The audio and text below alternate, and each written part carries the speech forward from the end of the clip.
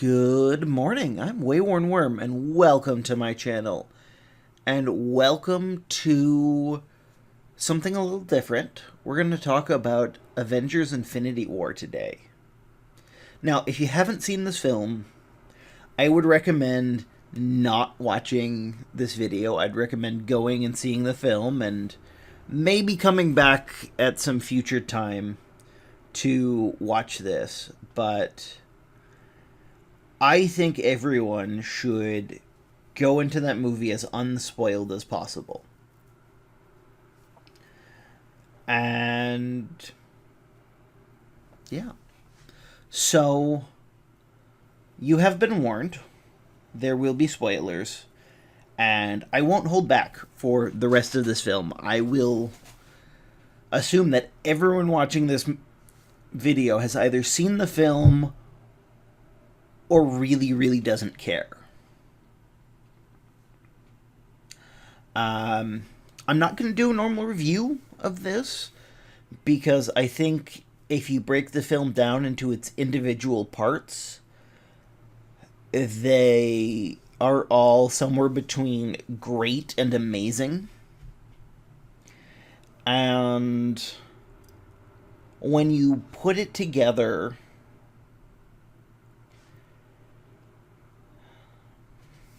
this is the hard part. So, if you put it together and you judge it solely on its own merits, just with what is contained from the first second of the film to the credits, and yes, I know there's a post-credit scene. I'm not counting that for the moment.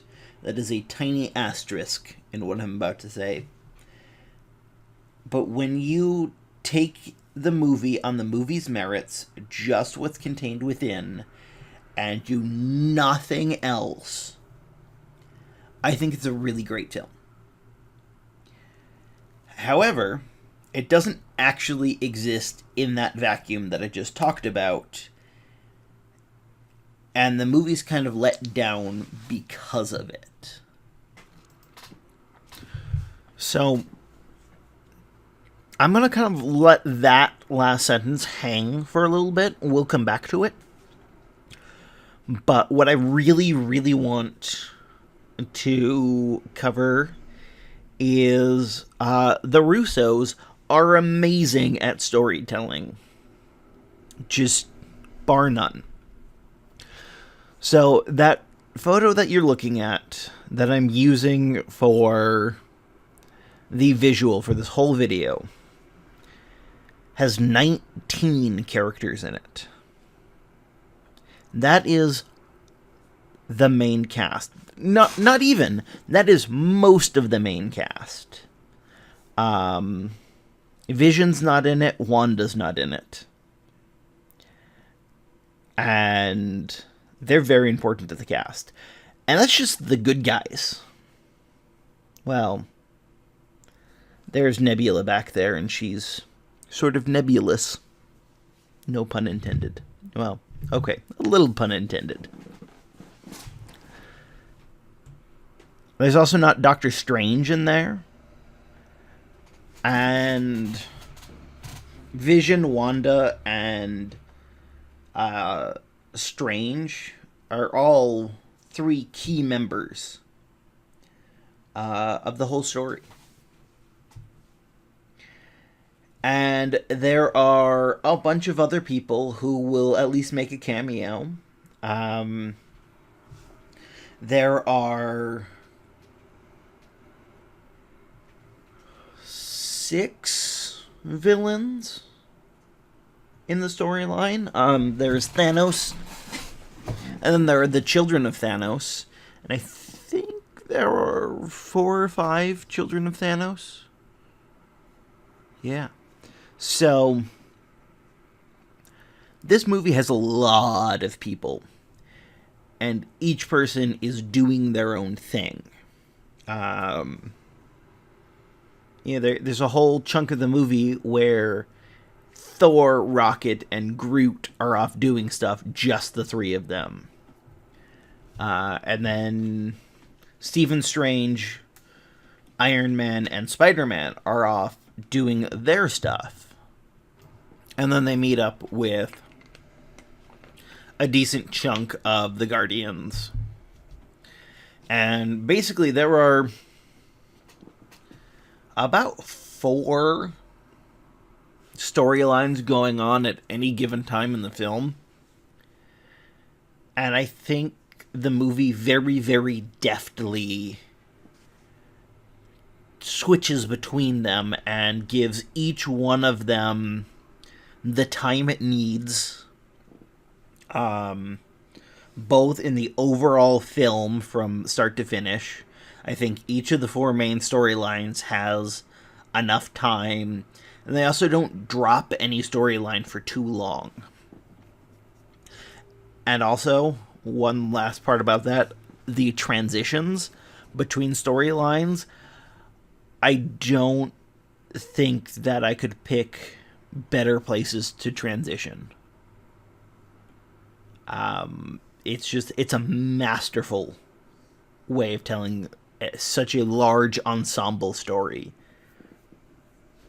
And kudos to the Russos for being able to do it. It's just wonderful. So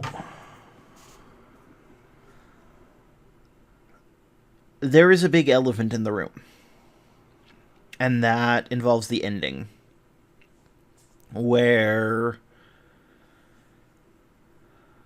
almost the entire Guardians of the Galaxy die. Stephen Strange, Spider-Man, the Black Panther. We could take Bucky dying. We could take it or leave it.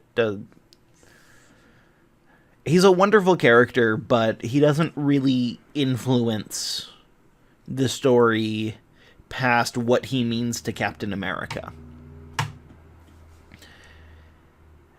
And the problem with that, the problem with all of those characters dying is we know it's not going to stay that way. So it's going to stay that way for the next about year. May 3rd, 2019 is when the next Avengers comes out. And between then and now, there's only 2 Marvel movies that are coming out.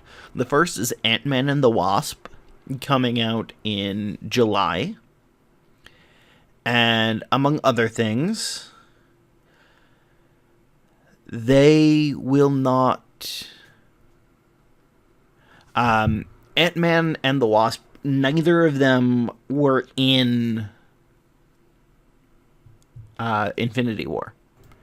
And then in March, they're going to come out with Captain Marvel, which is going to be set in the 90s.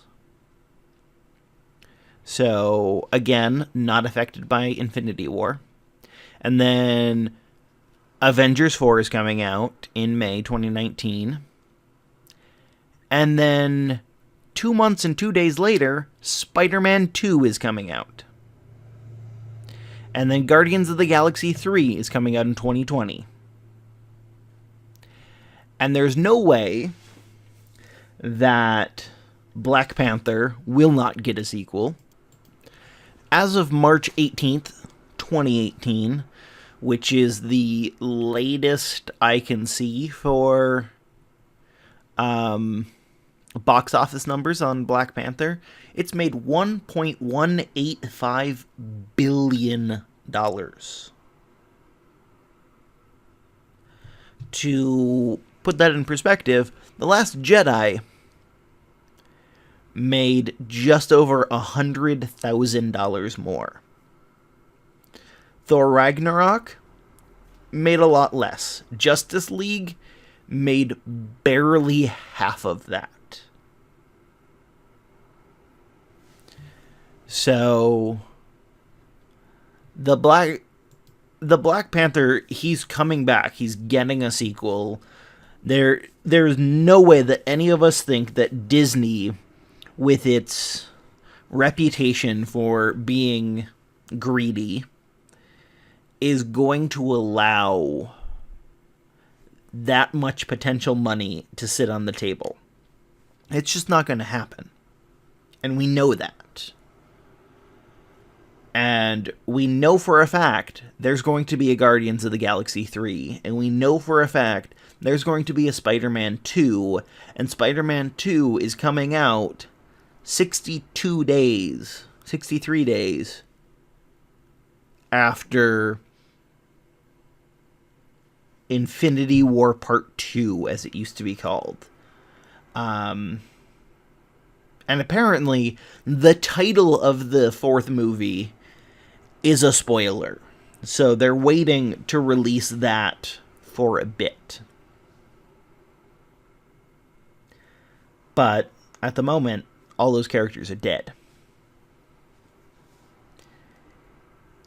So we know, because of outside information, we know that the first movie is just that. Avengers 3 is the first half of something. And that's sort of an issue. Because you leave the theater knowing you've only seen half the story. You know that you've only... like, the deaths that you've seen, especially the deaths at the end, you can argue about the deaths before that. Like, will Loki come back? Maybe. Will Heimdall come back? Probably not. Idris Elba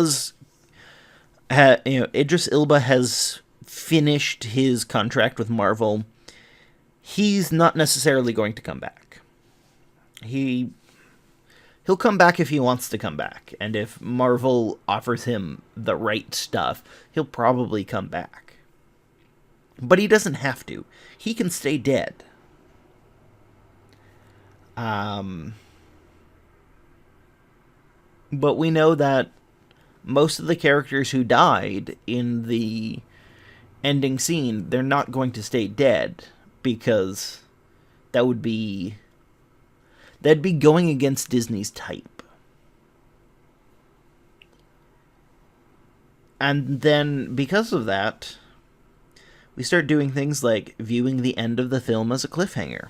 It's not. I think it's a really wonderful ending where the bad guys win. I mean, the last scene of the film is literally Thanos sitting in front of a hut on some beautiful, pristine world watching the sunrise. That is about as cliche of a happy ending as possible.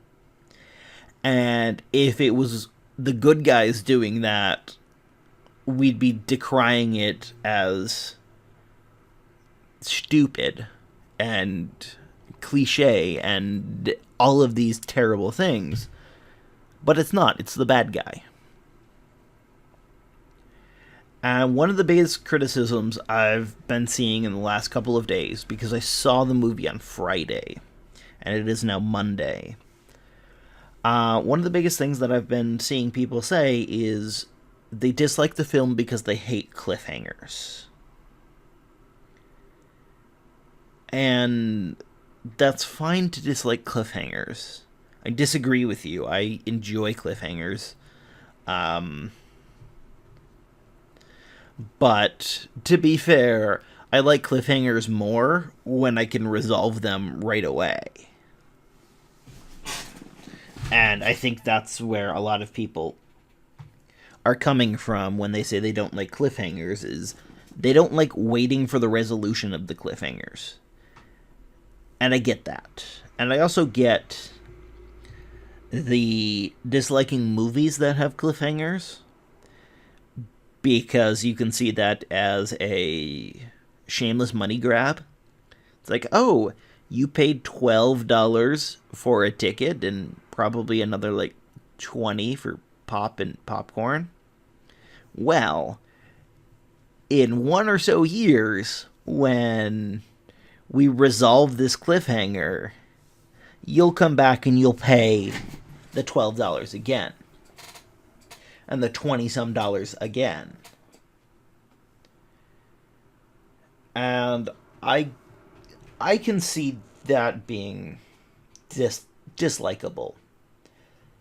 But the only reason why you would say this movie is a cliffhanger is because you know that those who are dead aren't going to stay dead, and or you assume that stories end with good guys winning and bad guys losing. This movie ends with the bad guy winning. He has won. I have no idea what the next movie is going to bring. Okay, I have one idea.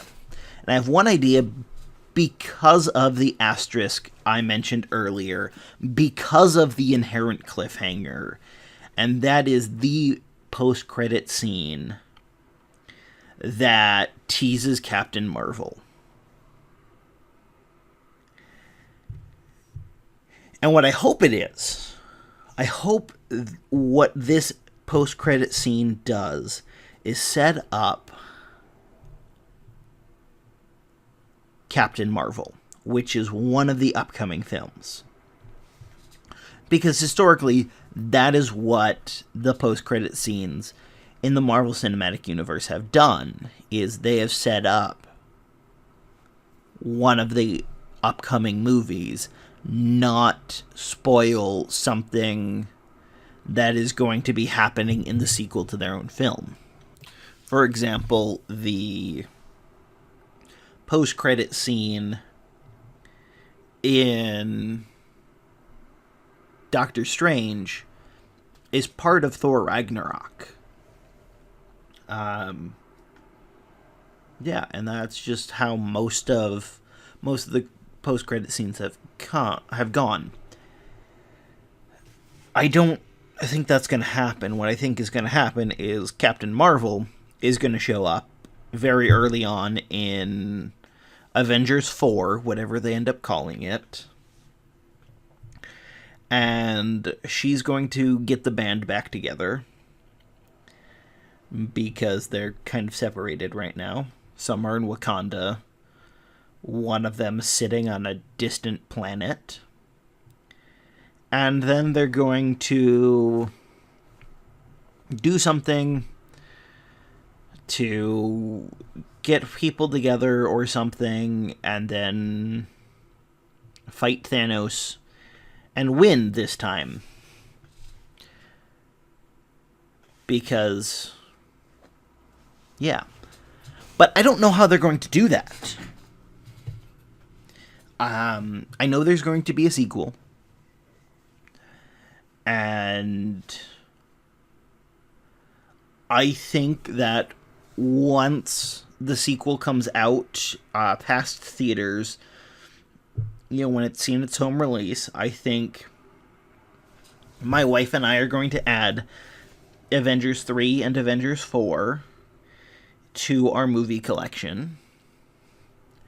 And I don't really foresee me ever watching Avengers 3 without watching Avengers 4 right after. Which is kind of a shame, because Avengers 3 ends. It has a final ending. Like, the Marvel Cinematic Universe could end today, and I would feel satisfied with how it ended. Because, again, when you take the story inside of itself, it's this really wonderful, complete thing. Yeah, they ditched the post-credit scene of Infinity War, and you just watched all the Marvel Cinematic Universe movies from start to Infinity War. I think that would tell a complete story. I think that would tell a very good, complete story. But again, we don't live in that vacuum. We know that's not the ending. There is more to come. And that's disappointing. I think it lets down a really good film. And I've heard a lot of people saying they can't emotionally engage with the deaths on screen in Infinity War because they know that they're coming back. I engaged with the deaths when I saw them. But at the end of the film, during the credits, while we're processing all of the emotions, because holy shit,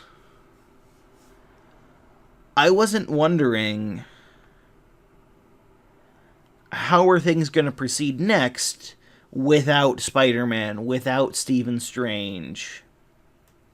I was thinking two things. One, I was thinking, I wonder how they're going to come back next movie. And number two, I was thinking, okay, so Stephen Strange saw 14 million and change different ways that this whole thing plays out.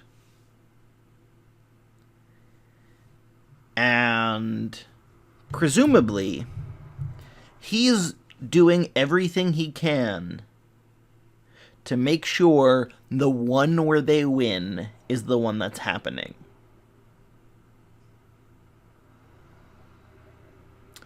So, I want to know how this fits into Stephen Strange's plan. I know they're eventually going to win, and they're going to do it in Avengers 4. And I know that at least the deaths at the end of the film are going to be undone. I'm just not sure how. And I'm okay with that. I think that's a good question. But I'm going to be sitting down to Avengers 4 knowing where we start and essentially where we end, and saying, okay, how do we get from point A to point B? What's going to happen in the middle? And although that is interesting, that's also very close to being the type of person who the first thing they do when they get a new book is they read the last page. Which I would never, ever do. I think that's stupid and crazy and weird. But I'm going to sit down with a movie in a year. Just over a year. Like a year and a week.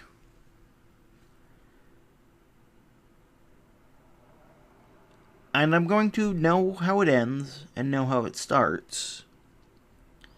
Which isn't that the same thing as having read the last page of a book? I don't know, but that is my thoughts on Avengers Infinity War. Overall, I think it's a really good film, especially if you can forget that Disney is pulling the strings, and there's no way that they will keep certain characters dead. Even the thing is, even if it wasn't a Marvel film, even if it wasn't Disney, even if it was just the Russos and Joss Whedon and Jon Favreau, and they had been working completely unfettered with no one above them to make this whole series. And, of course, James Gunn. You can't forget him. He's wonderful.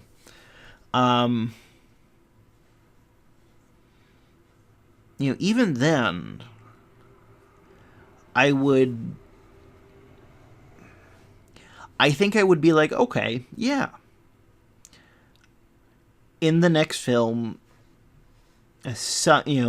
I would assume there's another film, even if I didn't know. And I would assume that at least some of them came back. Maybe not all. And I'm hearing a lot of people talking about they assume that maybe even all of the characters who survived are going to end the next movie dead. Robert Downey Jr., I think his contract is up. I think him and Chris Evans and Chris Hemsworth, they have all fulfilled their original contracts. I know Robert Downey Jr. is on his second or third contract with them. And similar for Chris Evans.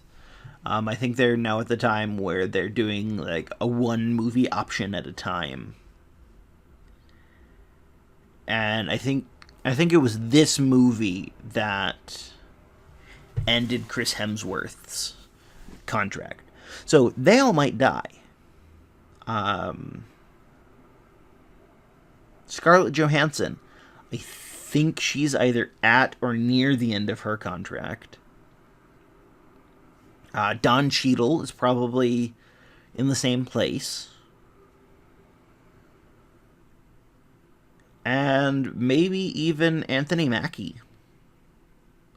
So, all of those characters, they could very well die in the next film, and the Marvel Cinematic Universe goes on without them. Maybe someone new picks up the mantles of Thor, of Iron Man, of Captain America.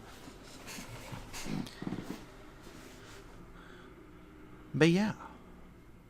So, I think the stakes are going to feel more real in the next film. If anyone dies in the next film, I don't think I will be expecting them to come back. But they could. Because that's how the movie's set up.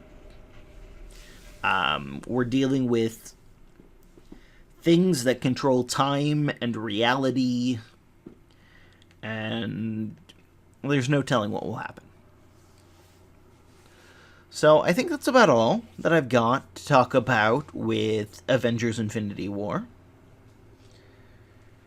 Tune in tomorrow for the next chapter of A Study in Scarlet. And tune in May 15th for the next episode of The Pugilist.